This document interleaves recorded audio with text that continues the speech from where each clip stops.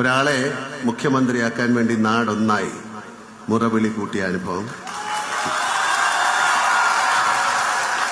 കേരള ചരിത്രത്തിൽ തന്നെ വിരളമായിരിക്കും. പരവൂരിന് മാത്രമല്ല, കേരളത്തിനാകെ ഈ ഒരാളെ വേണം എന്ന് തോന്നാൻ കാരണം എന്താണ് എന്ന് ഞാൻ ആ ദിവസങ്ങളേറെ ആലോചിച്ചിട്ടുണ്ട്. സത്യസന്ധത, സുതാര്യത. ബഹുമാനപ്പെട്ട സതീശൻ സാറിന് ഇവ രണ്ടും പ്രകടമാണ്. ജീവിതത്തിൽ അങ്ങോളം മറ്റെന്തൊക്കെ കൈമോശം വന്നാലും ഇവ രണ്ടും കാത്തു സൂക്ഷിക്കാൻ അദ്ദേഹത്തിന് സാധിക്കട്ടെ എന്ന് ഞാൻ പ്രാർത്ഥിക്കുന്നു, ആശംസിക്കുന്നു.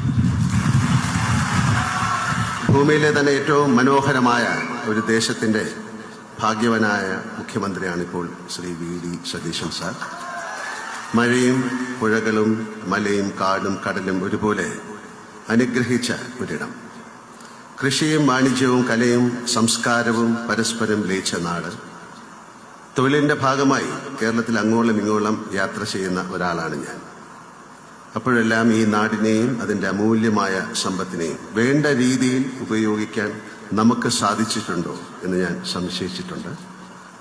അതിൻ്റെ സാധ്യതകളെ ഫലപ്രദമായ വിധത്തിൽ വിനിയോഗിക്കാൻ നമുക്ക് സാധിച്ചിട്ടില്ല എന്നാണ് എൻ്റെ അഭിപ്രായം. നമ്മുടെ ചരിത്രം, സംസ്കാരം, കല, പ്രാദേശിക ഭംഗികൾ, കാലാവസ്ഥ, വാണിജ്യ വിഭവങ്ങൾ തുടങ്ങി ലോകത്തിന് പ്രിയപ്പെട്ട എത്ര കാര്യങ്ങൾ.